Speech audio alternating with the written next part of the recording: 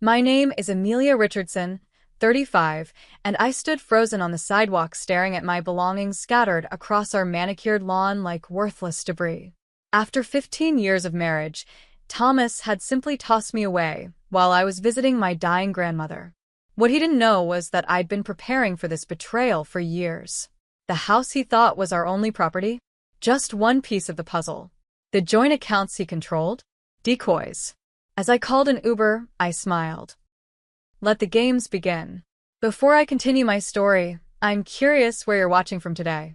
Family betrayal like this happens everywhere, doesn't it? If my story of calculated revenge against my husband's cruel betrayal resonates with you, please hit that like button. It took me years to build up the courage to share this journey, and your support means everything. Subscribe to follow my path from being tossed out onto a lawn to reclaiming my power in ways my husband never saw coming. From the outside, Thomas and I had the perfect marriage. He was a successful orthopedic surgeon at Memorial Hospital, earning 7 figures annually, respected by colleagues and adored by patients. I was the supportive wife who had been by his side since our sophomore year at Northwestern. Everyone envied our life together in our 5-bedroom colonial in Glen Haven Estates. The reality behind closed doors told a different story. We met during a campus fundraiser when I was 19. Thomas, with his perfect smile and ambitious plans, swept me off my feet. I was studying finance while he was pre-med. Those early years were magical. I would quiz him for exams while he brought me coffee during my late-night study sessions. We talked about building an empire together. Equal partners, he said. When he got accepted to medical school, I took extra jobs to support us, believing in our shared dream. You're investing in our future, he would say, kissing my forehead. When I'm established, you'll never have to worry about money again. I graduated with honors and landed a position at Meridian Financial Planning. My career initially thrived. By 26, I was managing portfolios for high-net-worth clients, and my boss was grooming me for partnership. Then Thomas completed his residency and joined an exclusive private practice. Everything changed. The wife of Dr. Richardson can't be working 60-hour weeks, he insisted. My colleagues' wives manage our social calendar. It reflects poorly on me when you're unavailable. At first, I resisted. I've worked too hard to give up my career. It's not giving up. It's evolving. Besides, we don't need your income anymore. Gradually, I reduced my hours, then became a consultant, and finally worked only with a handful of select clients. Meanwhile, our social obligations multiplied. Charity galas, hospital fundraisers, country club events. I became the perfect accessory on Thomas's arm. The control extended beyond my career. Thomas insisted on managing our finances, claiming I was too emotional about money despite my professional expertise. He scrutinized my purchases while spending thousands on golf equipment without discussion. My wardrobe needed to meet his standards. That dress makes you look frumpy. My colleagues will think I can't provide for you.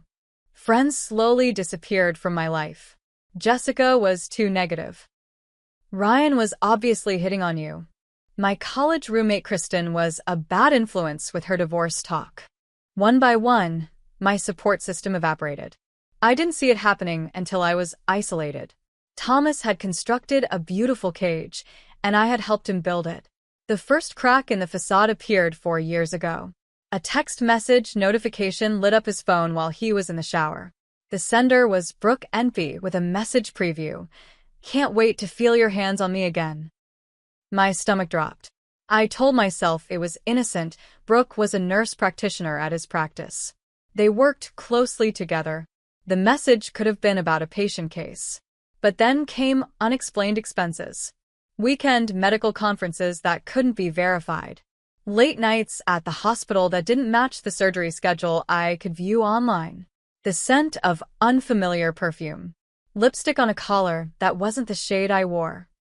Hotel receipts in his pocket from the Westlake Grand, 15 minutes from her home. Thomas grew increasingly critical. My cooking was bland. I had gained weight. I wasn't interesting enough at dinner parties. When I mentioned couples therapy, he laughed. You're being paranoid. This is why doctors never marry other doctors. Medical knowledge makes people hypochondriacs about their relationships, too. His mother Eleanor was my harshest critic and constant shadow. A former beauty queen who had never worked a day in her life, she lived 20 minutes away and appeared unannounced at our home regularly. "Amelia dear, that casserole is a bit dry, isn't it? Thomas always loved my recipe, with heavy cream." "Those pants aren't flattering on your figure, darling. Thomas works so hard. He deserves to come home to a wife who makes an effort." Thomas never defended me. "She means well," he would say. "She just wants what's best for us." His sister Madison was different. During a rare moment alone at a family barbecue 3 years ago, she cornered me by the pool house. "He's doing it again," she whispered, glancing over her shoulder. "Doing what?" "The same thing he did to Heather." I froze. "Who's Heather?" Madison's eyes widened. "He never told you? His ex-wife before you. They were married for 2 years during his early med school days. She paid his tuition, then he discarded her with nothing." Before she could continue, Thomas appeared, putting a possessive arm around my waist. Madison retreated, and he steered me away. "What was that about?" I asked. "Nothing important. Madison always tries to stir up drama." That night, I lay awake beside him, studying his sleeping face. Who had I really married? And what was he capable of? Despite these doubts, we maintained our perfect image. At the Glenhaven Country Club, we were the golden couple. At hospital functions, doctors' wives sought my advice on decorators and caterers. At community events, we donated generously and posed for photos. Behind my smile, I was cataloging evidence and calculating risks. Something in Thomas's demeanor had shifted. He was securing his position and assets. I discovered a prenuptial agreement I'd signed had been modified with a post-nuptial agreement during a flurry of documents he had me sign when we refinanced our house. My suspicions grew when he began suggesting I didn't need my own financial accounts. "Why not consolidate everything? It's more efficient." I smiled and nodded, playing the role of trusting wife while silently recognizing the trap being set. Thomas was preparing to leave me with nothing, and he thought I was too naive to see it coming. The definitive moment that transformed suspicion into action came 3 years ago. While reviewing our tax returns, Thomas always had me sign without reading. I noticed discrepancies. Significant income was missing, and there were deductions for property taxes on addresses I didn't recognize. "Just investment properties through my medical corporation," he explained dismissively. "The accountant handles all that. Nothing for you to worry about." But I did worry. I began taking photos of financial documents with my phone while he was at work.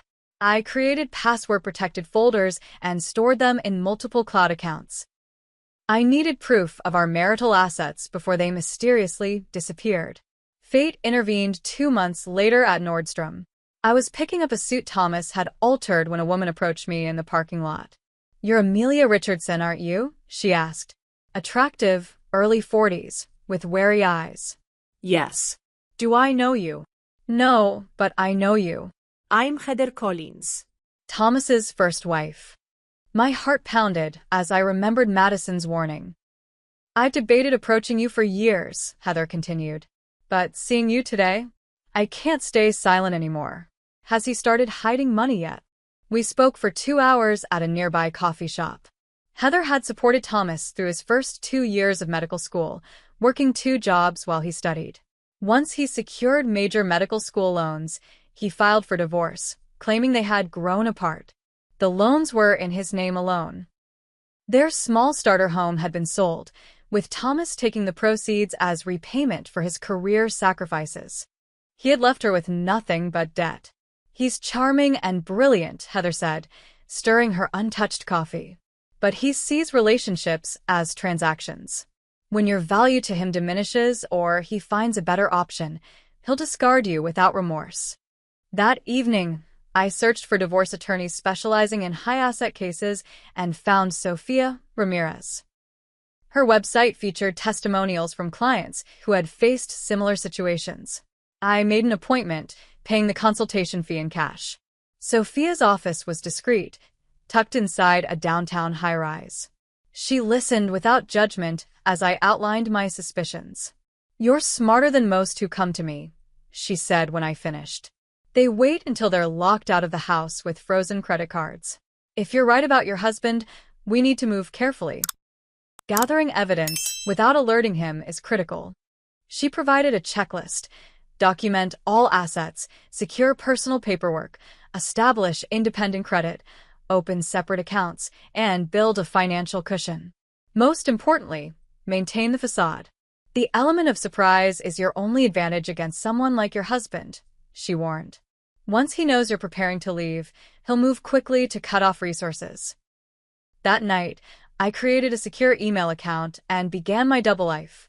I contacted my grandmother, who had always maintained financial independence despite my grandfather's wealth. She wired me $20,000 from her personal account, money my grandfather had never known about. "Every woman needs a fuck-off fund," she told me bluntly. "I've had one for 60 years. Never needed it, thank God, but it gave me the security to speak my mind." I opened accounts at a bank Thomas never used, using my office address for correspondence. I diverted small amounts from my personal inheritance that had remained in my name, converting them to cash and then depositing them in my new accounts. My financial background proved invaluable.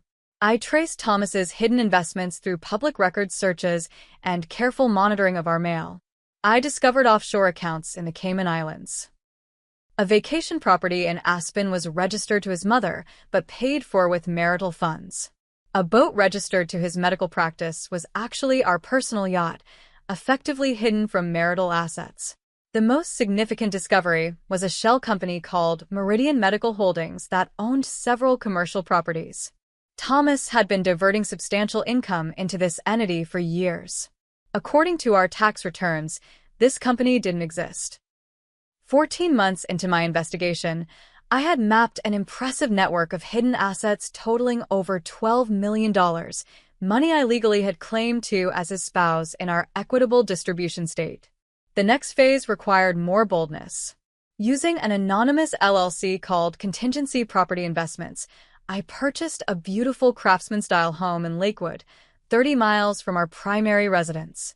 The 4-bedroom house sat on a wooded lot with a stream running through the backyard. Exactly the type of home I had always wanted, but Thomas had dismissed as too rustic. I furnished it slowly, claiming to donate old furniture to charity, when actually moving it to my secret house. I installed a state-of-the-art security system. I planted a garden. I created a home office. I built the life Thomas had prevented me from having. To explain my frequent absences, I told Thomas the first was volunteering at a women's financial literacy program. He approved, seeing it as another social credential. "Good for appearances," he noted, never asking for details. I befriended my new neighbors under the guise of being the property manager for an out-of-state owner. Leslie and Mark Jackson next door invited me to neighborhood barbecues. Grace Peterson across the street shared gardening tips. They became the authentic community I'd been missing. Professionally, I was rebuilding too. I maintained a small client base from my former firm, working remotely without Thomas's knowledge. I rebranded as an independent financial consultant specializing in women's financial independence. The irony wasn't lost on me. Living this double life took an emotional toll. Some nights, I lay beside Thomas wondering if I had manufactured problems in an otherwise successful marriage. Then he would make a cutting remark or I would discover another financial deception, and my resolve would strengthen. I documented everything meticulously.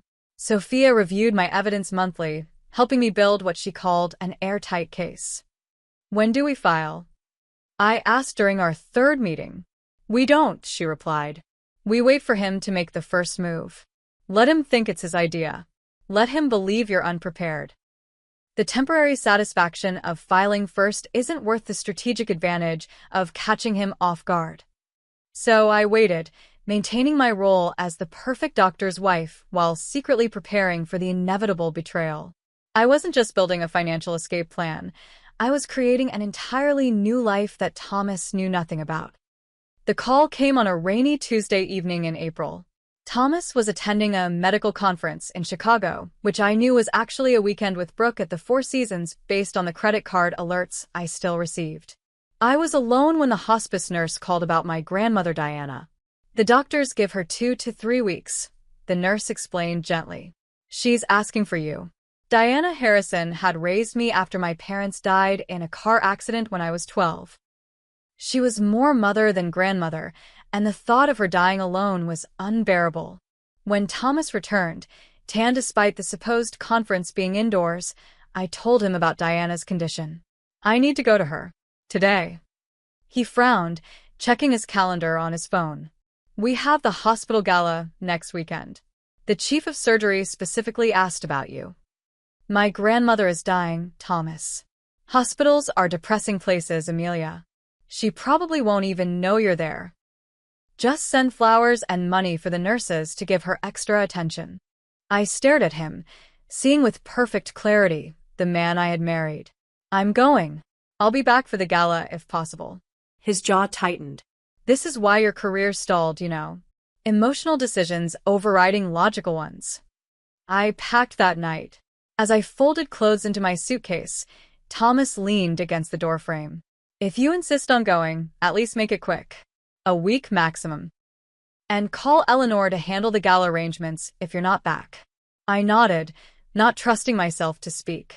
Before leaving, I secured copies of our most recent financial statements in my hidden floor safe and transferred an additional $50,000 to my secret account, just in case. Diana lived in a small lakeside community in northern Michigan. The hospice facility overlooked the water, and her room was filled with spring light when I arrived. She looked smaller than I remembered, her once imposing frame diminished. But her eyes were as sharp as ever. Well, you finally escaped him, she said instead of hello, reaching for my hand. I kissed her papery cheek. It's only temporary. I'll go back after. She waved away my words. Sit down and tell me the truth for once. Is he still controlling every aspect of your life? Are you still pretending to be happy? For 15 years, I had maintained the fiction of my perfect marriage to everyone, including Diana. Something about her directness, combined with the knowledge that our time was limited, broke through my facade. I told her everything: Thomas's infidelity, the financial deception, my secret preparations, the house in Lakewood, the evidence I had gathered. Once I started, I couldn't stop. The words poured out like water through a broken dam. Diana listened without interruption, occasionally nodding. When I finished, she surprised me by laughing. You are my granddaughter after all. I was beginning to wonder. She reached for the water glass, and I helped her drink through the straw. I was married to your grandfather for 52 years, she continued. Most people thought we had the perfect marriage. The truth? He cheated on me with his secretary for 3 decades. I knew after the first year. Ich sagte her. Why did you stay? It was a different time. Divorce wasn't an option for women like me. But I wasn't stupid. She smiled slyly. I opened my own accounts, invested my household allowance, bought property in my maiden name. By our 30th anniversary, I had more money than he did, all hidden away. She instructed me to open the drawer of her bedside table. Inside was a leather jewelry case. The diamonds he gave me for anniversaries and birthdays, she explained as I lifted the lid. Plus what I bought myself with my secret funds. Have them appraised when you get home. They're worth millions. I've already changed my will to bypass the trust your grandfather established. Everything comes directly to you. I stared at the glittering collection. I can't take these. You can and you will. Consider it your grandmother's contribution to your fuck-off fund. Her language had grown more colorful as her condition worsened. But Amelia, listen to me. The money, the house, the evidence, they're just tools. The strength to walk away? That has to come from inside you. Over the next 2 weeks, as Diana's condition deteriorated, we had the conversations we should have had years earlier. She told me about her own regrets. I was financially independent, but emotionally imprisoned, she admitted. I stayed too long out of pride and appearances. I should have left and found real happiness. She made me promise to look through a trunk in her attic before I left. There are journals. Read them. Learn from my mistakes. The journals revealed a brilliant woman who had sublimated her own dreams to support my grandfather's career and ego. Despite her secret financial empire, she had lived a life of emotional compromise. In her final days, Diana drifted in and out of lucidity. During one clear moment, she gripped my hand with surprising strength. "Sometimes the strongest thing is walking away," she whispered. "Don't wait until it's too late to live your real life." She died peacefully 3 days later, with me holding her hand. I stayed for the funeral, then spent 2 days sorting through her house. In the attic trunk, beneath the journals, I found more jewelry, bearer bonds, and documentation for properties I hadn't known she owned. During this time, Thomas's calls became increasingly infrequent and cold. He asked perfunctory questions about the funeral arrangements, but was more concerned about whether I would return for the hospital gala. "Eleanor has stepped in, but it's not the same," he complained. "Dr. Winters specifically mentioned your absence." On my final day in Michigan, I couldn't reach Thomas at all. His phone went straight to voicemail, and he didn't respond to texts. Uneasy, I called our neighbor Rachel under the pretense of checking on a package delivery. "Oh, everything seems fine over there," she said hesitantly. "There's been a black Range Rover in the driveway for the past couple days. I assumed you knew." An hour later, she texted a photo of the vehicle with the caption, "Just FYI. Didn't want to say on the phone, but thought you should know." I recognized the car immediately. It belonged to Brooke. I booked a flight home for the following morning, a day earlier than planned. During the journey, a strange calm settled over me. For 3 years, I had been preparing for this moment. Now it had arrived, and instead of fear or anger, I felt only readiness. The taxi dropped me at the end of our circular driveway. From a distance, everything looked normal. Then I saw it. Piles of clothing, books, and personal items scattered across our immaculate lawn. My belongings tossed out like garbage. The locks had been changed. I stood motionless, staring at the surreal scene before me. My clothes were trampled into the manicured grass. Books I'd collected over decades lay splayed open, pages fluttering in the breeze. Photo albums, their contents partially spilled, revealed glimpses of happier times now tarnished by betrayal. Even my grandmother's antique clock, a wedding gift, had been carelessly tossed aside, its glass face shattered. As I took a step forward, the front door opened. Thomas emerged, his arm around a slender blonde woman I recognized immediately. Brooke, his nurse practitioner. She was wearing my favorite silk robe. "Ah, you're back," Thomas said, his tone casual as if commenting on the weather. "Your timing is inconvenient, as usual." I found my voice. "What is this?" "This," he gestured broadly at the lawn, "is the natural conclusion to our arrangement. You abandoned your responsibilities when I needed you most. I've simply expedited the inevitable." Brooke at least had the decency to look uncomfortable, tugging at the robe's belt. "I was burying my grandmother," I said quietly. Thomas shrugged. "And I've been busy too. The divorce papers are somewhere in that pile. Consider yourself served." He smiled, the same charming smile that had once made my heart race. "Don't worry about the post-nuptial agreement. My lawyer assures me it's ironclad.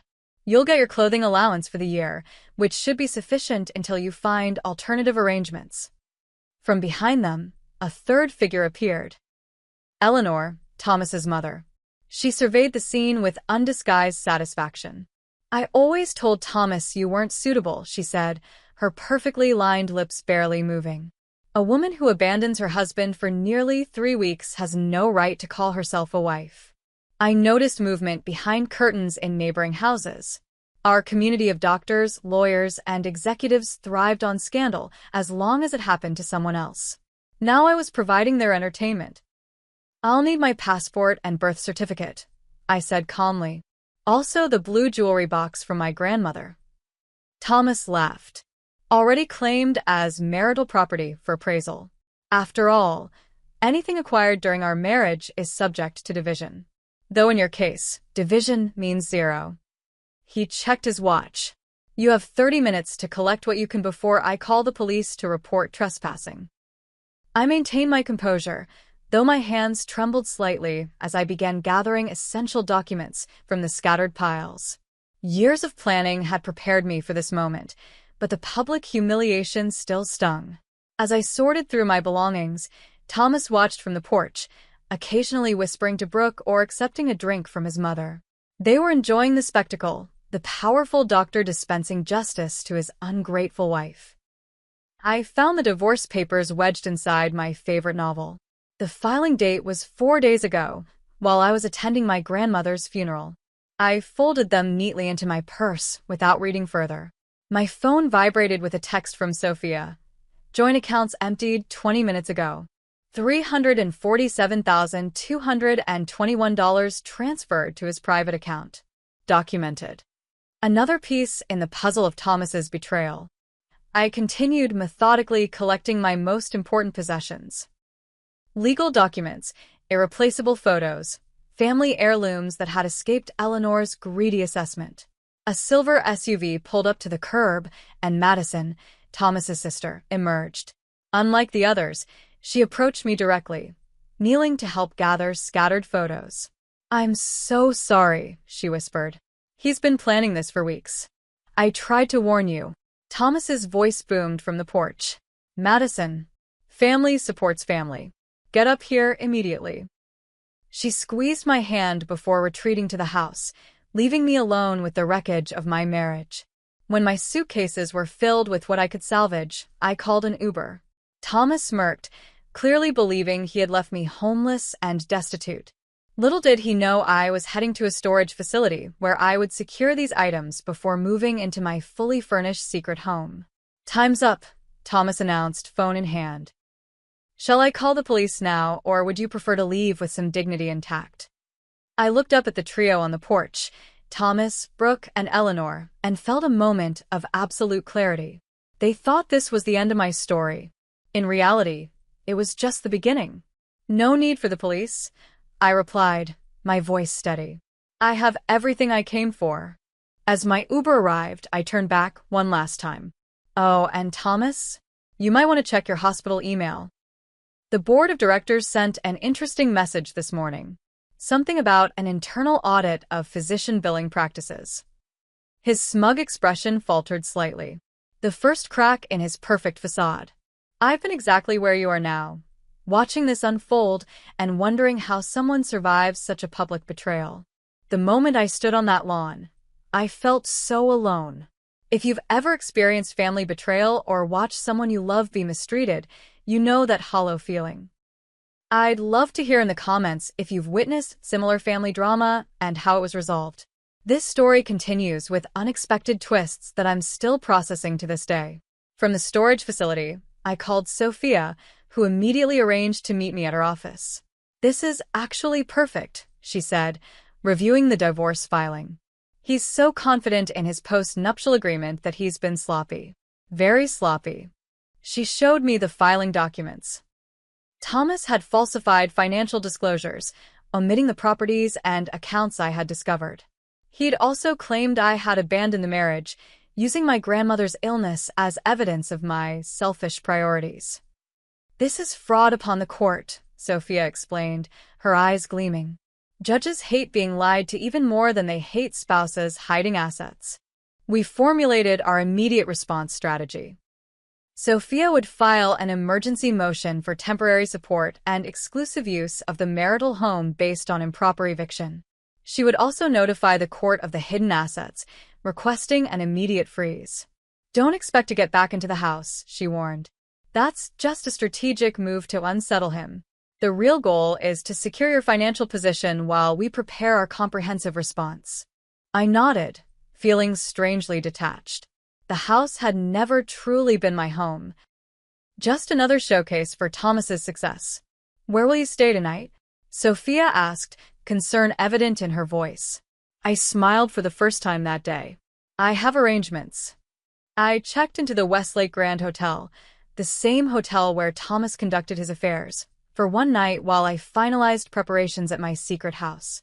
Using cash and a credit card Thomas knew nothing about, I ordered room service and took a long bath, allowing myself to process the day's events.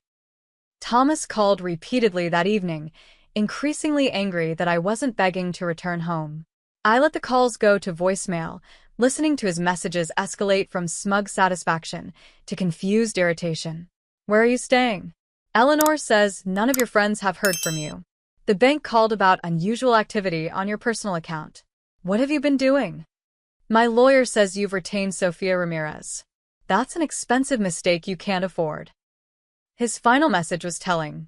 "You're embarrassing yourself, Amelia. Come home, and we can discuss a more dignified separation. This rebellious phase is beneath you." He still believed I would break, that without his financial support, I would have no choice but to accept his terms. This fundamental misunderstanding of who I had become would be his downfall. The next morning, I met with the security consultant at my Lakewood house. We upgraded the system to include motion sensors, cameras with night vision, and silent alarms connected directly to the local police. I wasn't taking any chances with Thomas's temper once he discovered my deception. By afternoon, I had officially moved into my secret home. As I unpacked the few salvaged belongings among the carefully curated furnishings I had selected over the past 3 years, I felt a strange sense of homecoming. This house represented the woman I had become in secret. Strong, independent, and prepared. I stood in the kitchen, running my hand along the butcher block countertop I had installed myself, and made a decision. I would not be defined by Thomas's betrayal. This was not just a hiding place, it was where I would begin my real life. My first morning in the Lakewood house dawned with unexpected peace. For the first time in 15 years, I woke without anxiety about meeting Thomas's expectations.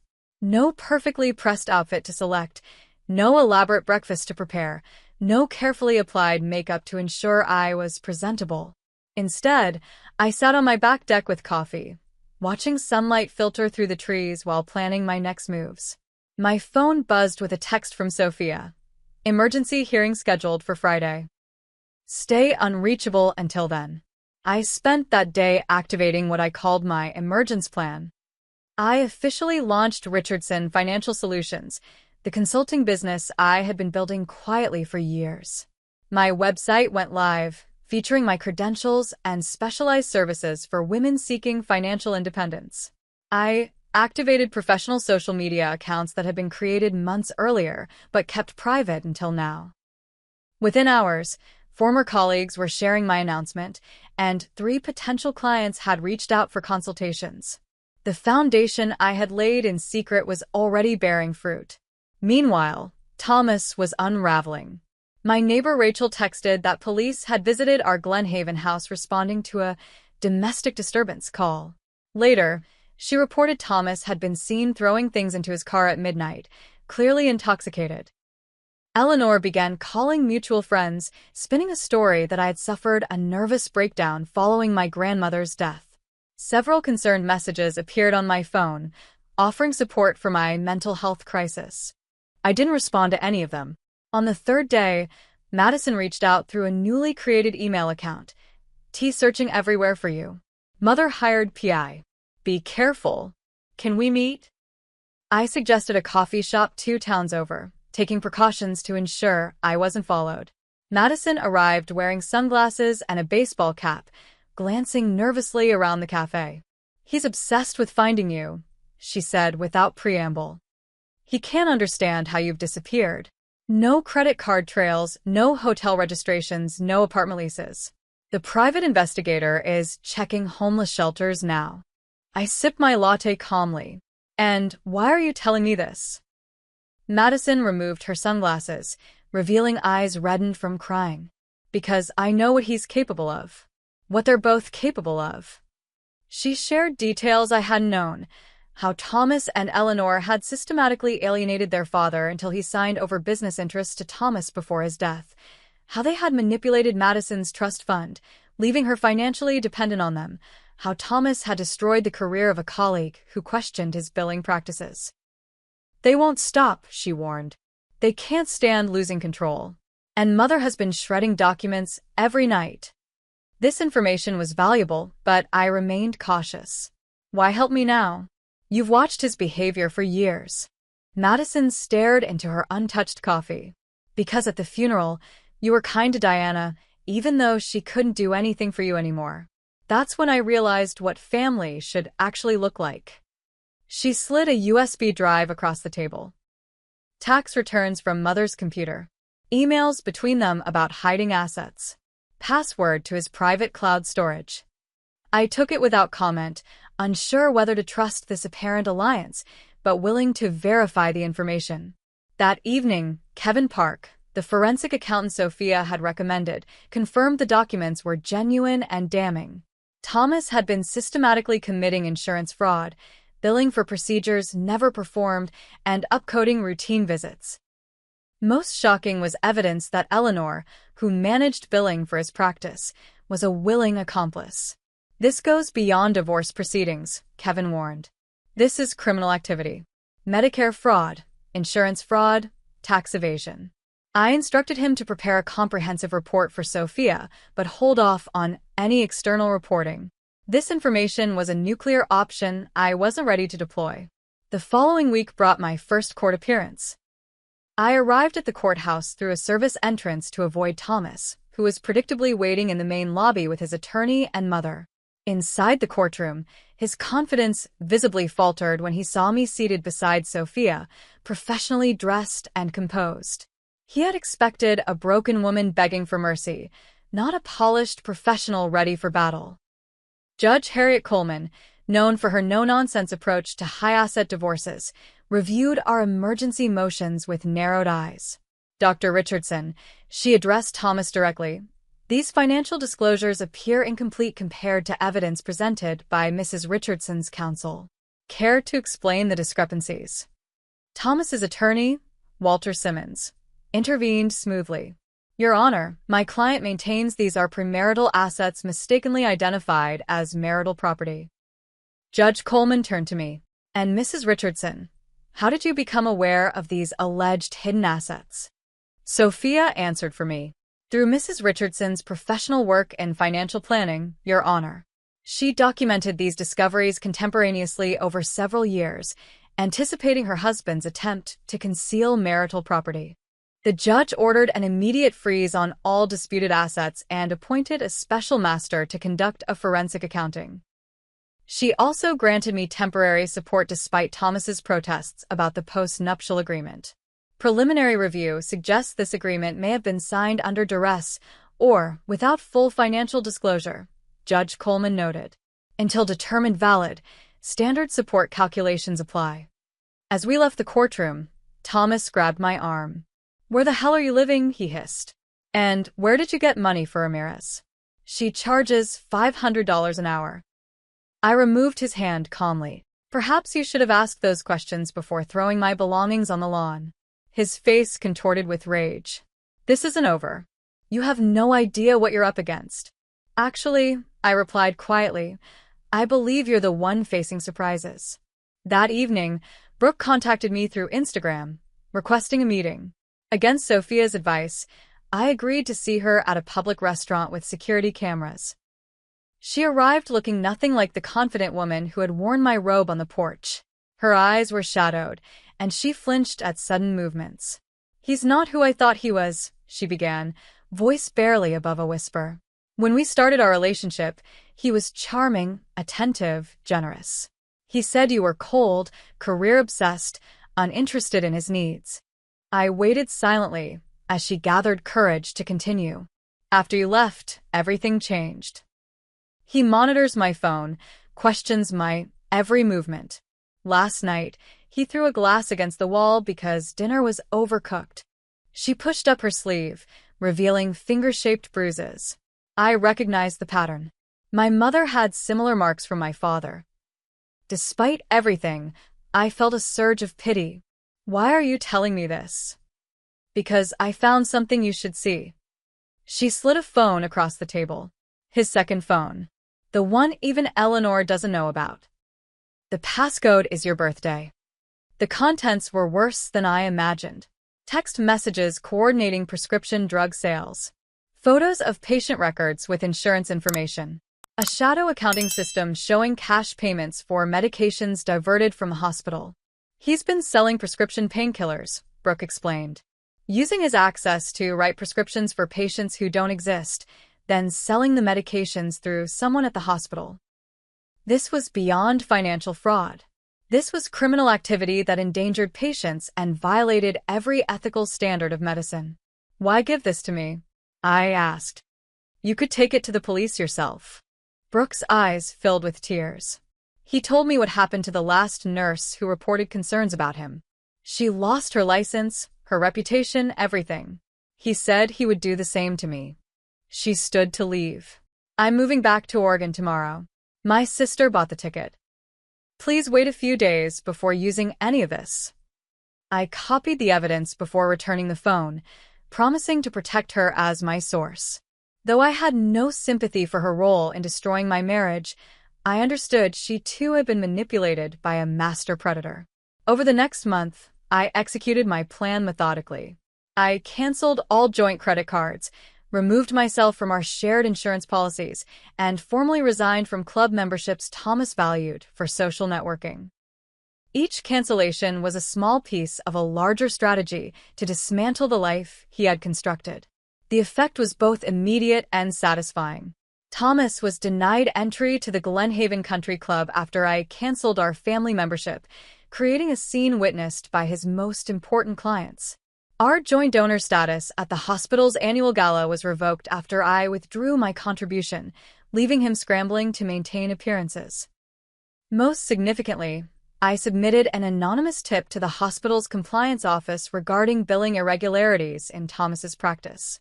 This triggered an internal investigation that quickly expanded to include prescription monitoring. Thomas's carefully constructed world was crumbling, and he had no idea that I was the architect of its destruction. Each move was calculated, legal, and devastating. Throughout this period, I maintained my new life in Lakewood. My business grew steadily as word spread among women seeking financial advice during major life transitions. I joined the local chamber of commerce and volunteered at community events. I planted a vegetable garden and adopted a rescue dog named Charlie. I was building genuine connections based on who I truly was, not who my husband expected me to be. The private investigator Thomas hired eventually discovered my Lakewood address through vehicle registration records. 6 weeks after I moved in, security cameras captured him examining the property's perimeter at dusk. He returned after midnight, attempting to disable a camera before trying to force open a back door. The silent alarm notified police, who arrived to find Thomas drunkenly demanding entry to his wife's hideout. The resulting arrest for attempted breaking and entering made local headlines. Prominent surgeon detained at ex-wife's residence. Sophia immediately filed for a restraining order, which was granted based on the security footage and police report. Thomas was barred from coming within 500 feet of me or my property. His professional life was similarly imploding. The hospital placed him on administrative leave, pending the investigation into billing practices. Several patients transferred to other providers after news reports raised questions about his conduct. In a desperate countermove, Thomas filed an emergency motion claiming I had stolen confidential medical information and was conducting a smear campaign to damage his reputation. The judge dismissed his motion, noting dryly that anonymous compliance tips were protected by whistleblower statutes regardless of their source. Eleanor, perhaps sensing the shifting tide, attempted a different approach. She appeared unannounced in my new office in downtown Lakewood, dressed immaculately and bearing what appeared to be an olive branch. "This has gotten out of hand," she began, setting her designer purse on my desk without invitation. "Thomas is under tremendous stress. His blood pressure is concerning. Perhaps we can reach an amicable solution." I gestured to a chair. "I'm listening. A quick, quiet divorce. Equal division of known assets. You drop all further claims and investigations. Thomas maintains his practice and reputation." I smiled politely. "And why would I agree to that when evidence suggests substantial hidden assets and potential criminal activity?" Eleanor's composed facade cracked slightly. Those are serious accusations without merit. Be careful about making defamatory statements. I have documentation regarding Meridian Medical Holdings, I replied calmly. The offshore accounts. The Aspen property purchased with diverted patient payments. Your role in managing these transactions. Her face paled. You're bluffing. I opened my desk drawer and removed a thick folder.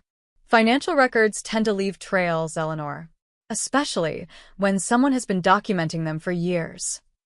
She stood abruptly. You'll regret this approach. Family protects family. Yes, I agreed. That's exactly what Madison finally understood. The mention of her daughter's betrayal hit home. Eleanor gathered her purse with trembling hands. You've turned my own daughter against me with your lies. Madison made her own choices after seeing the truth, just as I did. As she reached the door, I added, the investigators will likely want to speak with you about the billing records soon. I suggest consulting your own attorney rather than sharing Thomas's. 2 days later, Madison called to report that Eleanor had suffered what appeared to be a panic attack and was hospitalized briefly.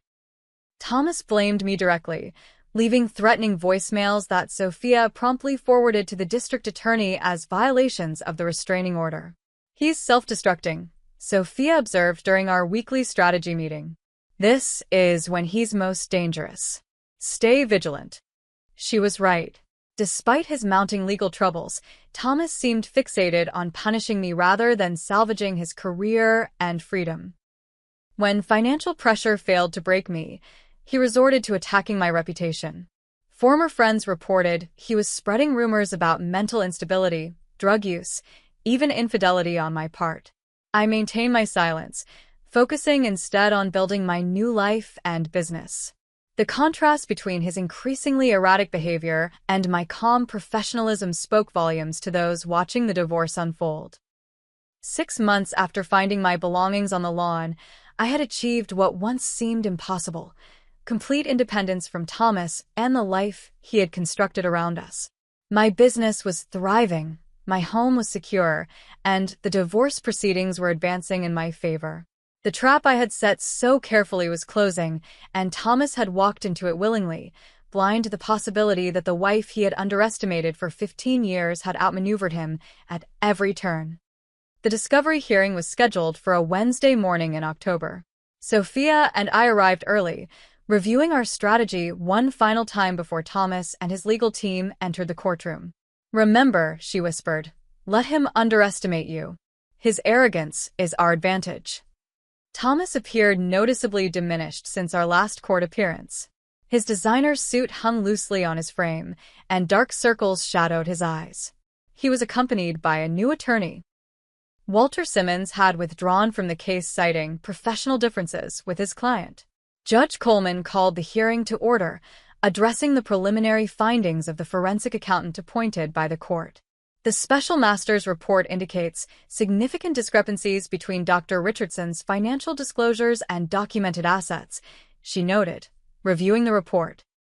Particularly troubling are offshore accounts established during the marriage but omitted from disclosure forms. Thomas's new attorney, Jeffrey Barnes, attempted to minimize these findings. Your Honor, these accounts were established as part of my client's medical corporation's asset protection strategy. Mrs. Richardson was aware of this standard practice. I maintained a neutral expression as Sophia responded, Mrs. Richardson has provided contemporaneous documentation proving she discovered these accounts through her own investigation, contrary to counsel's assertion. Furthermore, the accounts contain commingled funds from clearly marital sources. The judge turned to Thomas. Dr. Richardson, did you disclose these accounts during the execution of the post-nuptial agreement your attorney has presented as binding? Thomas shifted uncomfortably. I believe my financial disclosures were comprehensive at that time. That's not what I asked, Judge Coleman said sharply. Did you specifically disclose the Cayman accounts and the Aspen property held in your mother's name? Those were established after the agreement was signed. Yet you used marital funds to establish them, according to bank transfers documented by the special master. The judge removed her glasses. I'm ruling the post-nuptial agreement invalid due to material non-disclosure of assets. Standard equitable distribution will apply to all marital assets, including those discovered during investigation, but not initially disclosed. Thomas's face flushed with anger as the judge continued. Additionally, I'm deeply concerned about evidence suggesting documents were backdated to appear as premarital assets. Mr. Barnes, please advise your client about potential perjury charges for submitting falsified documentation to this court. This was the first major victory in our legal battle, but I knew Thomas wouldn't surrender easily. As we left the courtroom, he approached despite the restraining order, his voice low and menacing. You think you've won? I built everything we had.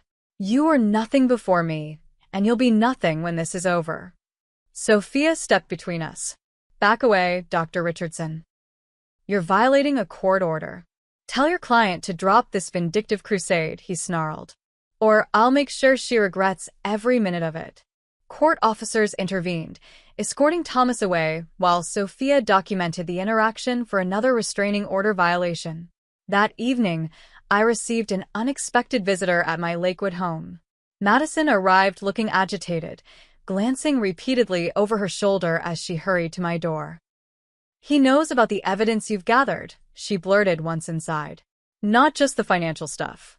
The prescription fraud, the billing schemes, all of it. He and Mother are destroying records. They've wiped computers, shredded documents. Thomas said he'd solve the Amelia problem permanently if the medical board investigation proceeds. Her hands trembled as she accepted the tea I offered. I've never seen him like this. He's unraveling. Mother too. They're talking about liquidating everything and leaving the country. I contacted Sophia immediately, who advised accelerating our timeline. We need to get this evidence to the authorities now, she said. The threat changes everything. The next morning, Sophia and I met with Assistant District Attorney James Chin, presenting our complete documentation of Thomas's financial crimes, insurance fraud, and prescription drug scheme. ADA Chin reviewed the evidence with increasing concern. This goes well beyond divorce proceedings, he confirmed. We're looking at multiple felonies. Wire fraud, insurance fraud, controlled substance violations, potentially money laundering. He closed the folder. I'll need formal statements from both of you, and will likely require testimony before a grand jury. I hesitated. There's a nurse practitioner who provided key evidence regarding the prescription scheme. She's relocated out of fear of retaliation. Can she be protected? We can arrange for remote testimony and witness protection if necessary, Chin assured me. The same applies to you, Mrs. Richardson. These cases can turn dangerous quickly. Within 48 hours, search warrants were executed at Thomas's medical practice, our former home, and Eleanor's residence. The local news carried footage of investigators removing boxes of records and computer equipment. Thomas, attempting to leave the scene, shouted at reporters that he was the victim of a vindictive ex-wife's fabrications.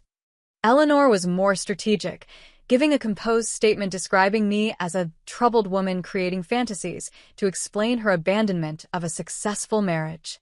She portrayed herself as the concerned mother-in-law who had only wanted family harmony. Their public relations campaign collapsed the following day when the hospital announced its internal investigation had found substantial evidence of improper billing practices and prescription irregularities in Thomas's department. His medical privileges were suspended pending further review.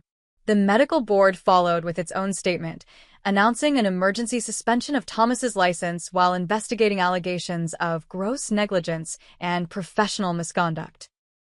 As these professional consequences mounted, Thomas's focus on me intensified.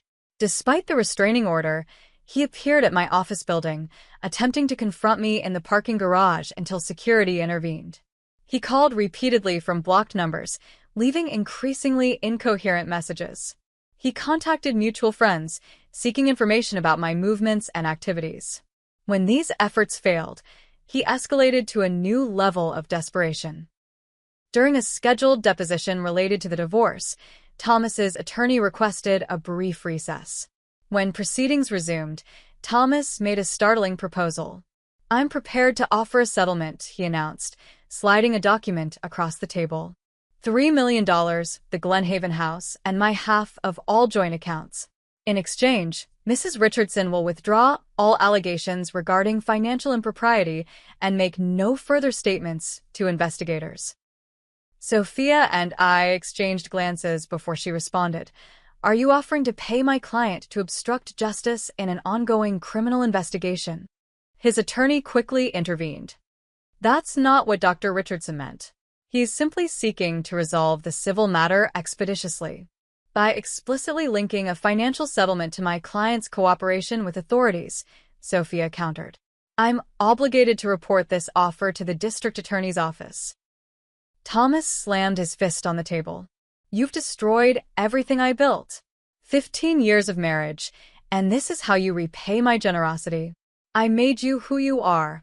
In that moment, I finally spoke directly to the man who had controlled my life for 15 years. No, Tomás. You tried to erase who I was. The woman you married, the one with dreams, ambitions, and integrity. You nearly succeeded. I gathered my papers calmly. I don't want your money. I want justice. For myself and for everyone else you've harmed through your arrogance and greed. The settlement offer, as Sophia predicted, only strengthened the criminal case against Thomas. The district attorney interpreted it as consciousness of guilt and potential witness tampering. A grand jury was convened, and indictments followed. 37 counts including fraud, controlled substance violations, and conspiracy. Eleanor was named as co-conspirator in the financial crimes. The evidence Madison had provided proved crucial, documenting Eleanor's active role in concealing assets and falsifying records. She faced her own charges of conspiracy and accessory after the fact. The arrests made national news. Prominent surgeon and mother charged in massive fraud scheme, read the headlines. Photos showed Thomas and Eleanor being led from their homes in handcuffs, their expressions a mixture of shock and fury.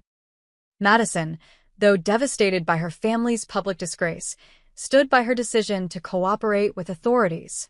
They taught me that loyalty means protecting family secrets at any cost, she told me during a quiet dinner at my home. I finally realized true loyalty means standing for truth, even when it hurts. Thomas and Eleanor were released on bail with electronic monitoring and surrender of their passports. Their assets were frozen pending trial, leaving them dependent on loans from increasingly distant friends for legal representation. The criminal proceedings overshadowed our divorce case, which Judge Coleman expedited given the circumstances. The final settlement reflected the full accounting of marital assets, including those Thomas had attempted to hide. Beyond financial considerations, the court acknowledged the emotional and career damage I had suffered during the marriage. The systematic undermining of Mrs. Richardson's professional opportunities and personal autonomy constitutes a form of economic abuse, Judge Coleman noted in her ruling. This court considers such factors when determining equitable distribution in cases where one spouse has demonstrably suppressed the other's earning capacity and independence.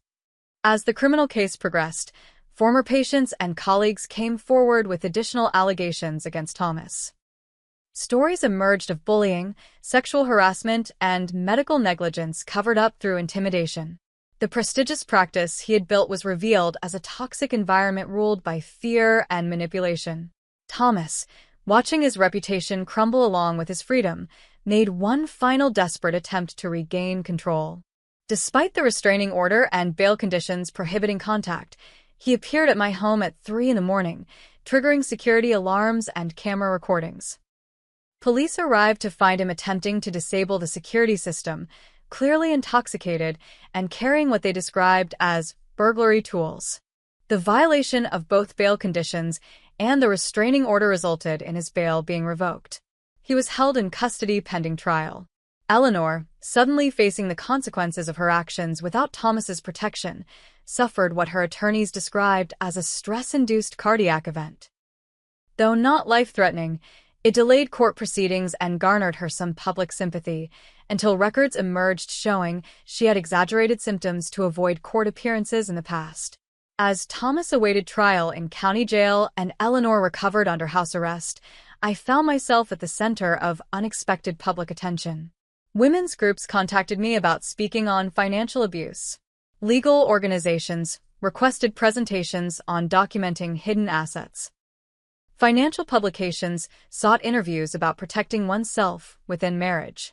The story of how a controlled, isolated wife had methodically gathered evidence and built an escape plan while maintaining a perfect facade resonated widely.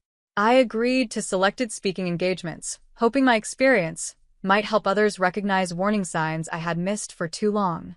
Through it all, I maintained the privacy of my daily life in Lakewood. My home remained my sanctuary. My business continued to grow, now specializing in helping women achieve financial independence during major life transitions. I developed a particular expertise in assisting those leaving controlling or abusive relationships. The woman Thomas had tried to diminish had not only survived but thrived.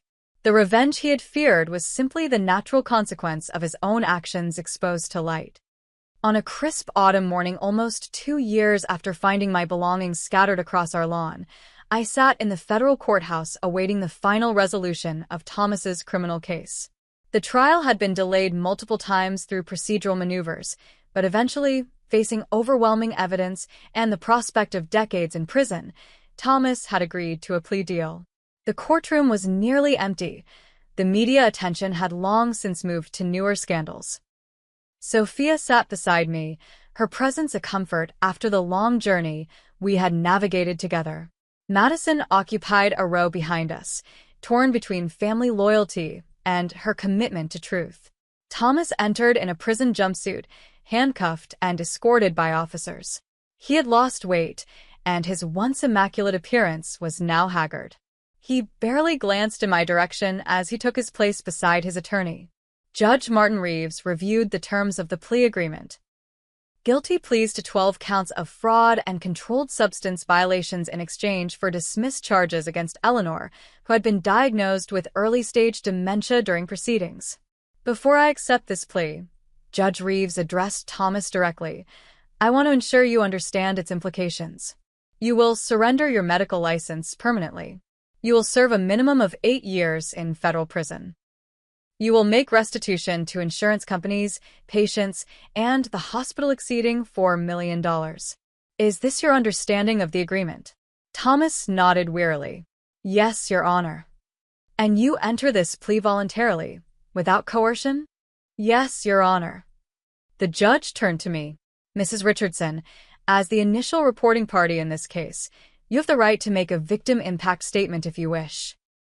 I approached the podium, meeting Thomas's eyes directly for the first time in months. The prepared statement in my hands suddenly seemed inadequate for the moment. 15 years ago, I married a man I believed was my partner. I began. I supported his dreams, sacrificed my own ambitions, and trusted him with my future. In return, he systematically isolated me, controlled our finances, and prepared to discard me when I was no longer useful. Thomas stared at the table before him as I continued. The financial crimes that bring us here today reflect a pattern of behavior that extended beyond business practices into our marriage. The same entitlement that led Dr. Richardson to defraud insurance companies led him to defraud me of years I can never recover. I paused, gathering my thoughts. I don't speak today seeking vengeance. I've moved beyond that need. I speak for the patients who trusted him, the colleagues he intimidated, and the women like me who may still be trapped in golden cages, wondering if freedom is possible. Thomas finally looked up, his expression unreadable. I hope the time ahead provides opportunity for reflection and genuine change, I concluded. While our marriage died on that lawn 2 years ago, I've discovered that endings can be beginnings in disguise. I've rebuilt my life on a foundation of truth rather than appearances. I wish the same possibility for everyone damaged by these actions, including Dr. Richardson himself. Judge Reeves thanked me before formally accepting the plea and pronouncing sentence. As Thomas was led away, he paused briefly beside me. I never thought you were capable of this, he said quietly. That was always your mistake, I replied. Outside the courthouse, Madison approached hesitantly.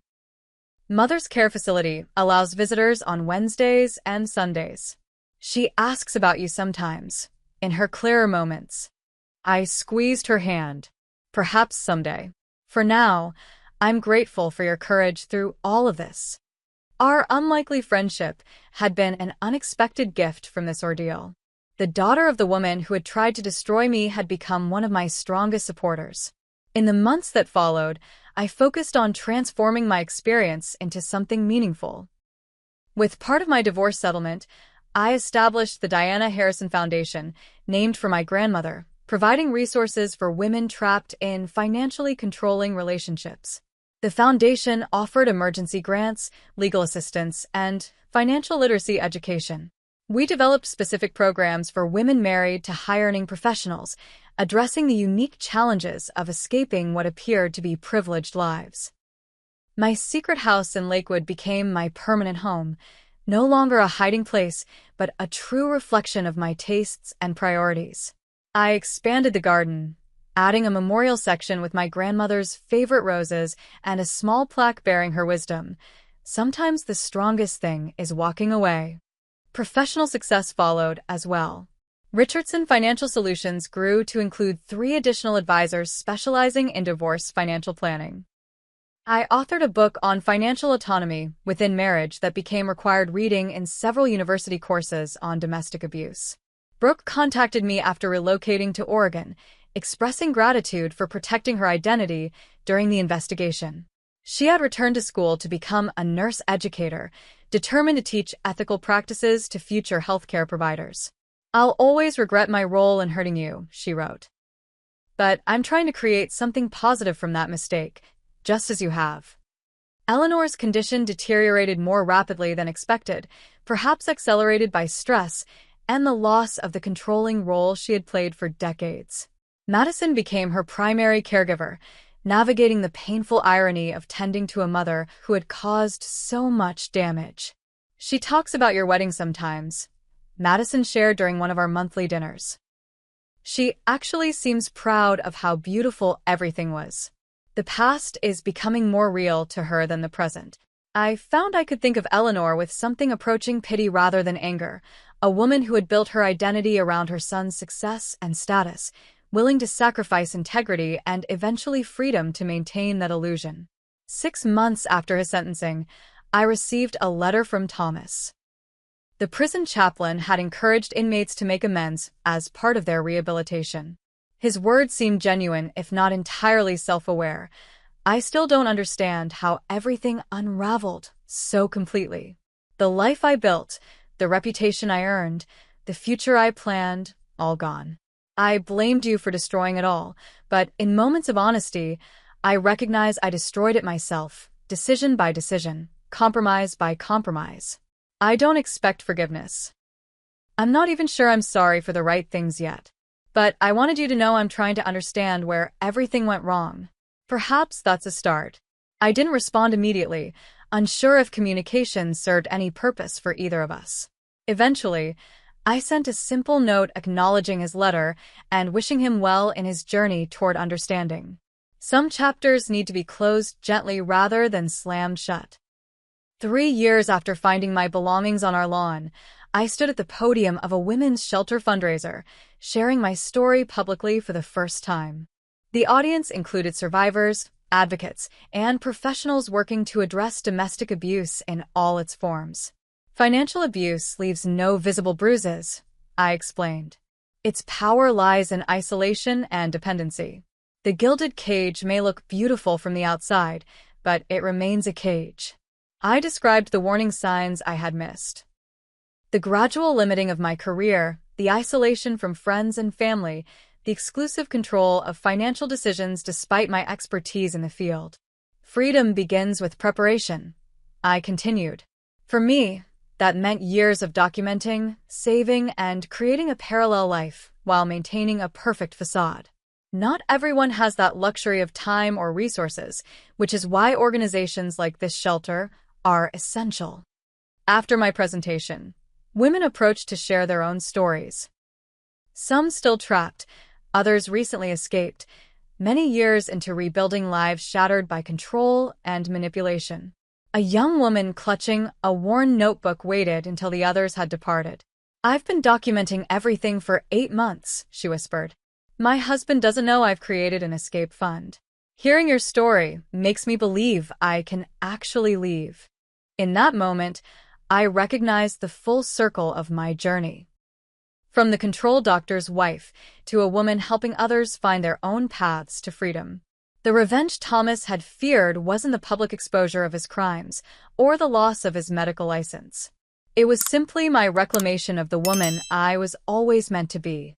My grandmother Diana had shown me that financial independence was the foundation of personal autonomy. Through her lessons and her legacy, I had found the strength to walk away and rebuild. Now I was passing that wisdom forward, creating a network of support for women still finding their way out of beautiful prisons. Each time I returned to my Lakewood home, the house I had prepared in secret and now enjoyed in freedom, I felt profound gratitude. The sprawling garden, the home office where I advised clients, the quiet reading nook overlooking the stream, all represented choices made for myself rather than to maintain appearances or please others. The perfect doctor's wife had disappeared, replaced by a woman comfortable with imperfection and authenticity. The facade had cracked, then shattered completely, revealing something far more valuable than the polished image Thomas had demanded. On the 5th anniversary of my grandmother's death, I visited her grave with fresh flowers and news of the Foundation's achievements. Standing beside the simple headstone, I felt her presence in the wisdom that had guided me through the darkest times. You were right, I said aloud. Sometimes the strongest thing is walking away. And sometimes what appears to be an ending is actually the beginning of everything that matters. I've shared my story today not just to describe what happened, but to connect with others who might see themselves in my experience. Family betrayal leaves wounds that take time to heal, but that healing is possible. If my journey resonated with you, I'd love to hear your thoughts in the comments. What family betrayal have you witnessed or experienced, and how did you find the strength to move forward? Please share, like, and subscribe if you'd like to hear more stories of overcoming family manipulation and finding justice. Your support helps this channel reach others who might be feeling alone in similar situations. Remember, the first step toward reclaiming your power is recognizing when it's been taken from you. Thank you for listening to my story of how I transformed from a controlled wife to a woman helping others find their freedom.